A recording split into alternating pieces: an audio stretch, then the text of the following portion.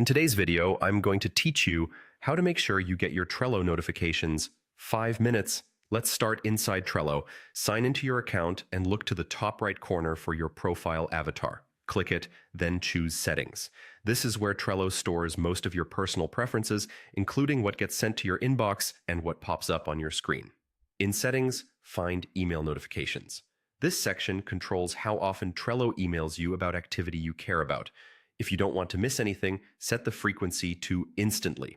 That way, when someone mentions you, assigns you, comments on a card you're involved with, or updates a due date, you'll receive an email right away. If you prefer fewer emails, you can choose a digest, but just keep in mind that digests are delayed and easier to overlook.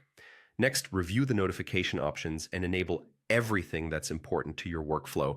Make sure you've kept on things like comments, mentions, and changes to cards you're on or watching. Think about what truly needs your attention. Turning on too little means you'll miss updates. Turning on too much can create noise.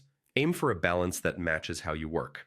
While you're here, enable desktop notifications. Click Allow Desktop Notifications, and when your browser prompts you, choose Allow.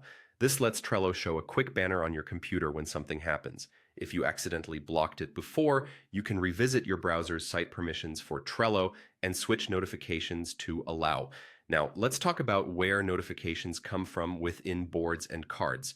Trello only notifies you if you're directly involved. To get alerts on a specific card, list, or board, you need to be assigned to it or you need to be watching it. Watching is Trello's way of saying, keep me posted.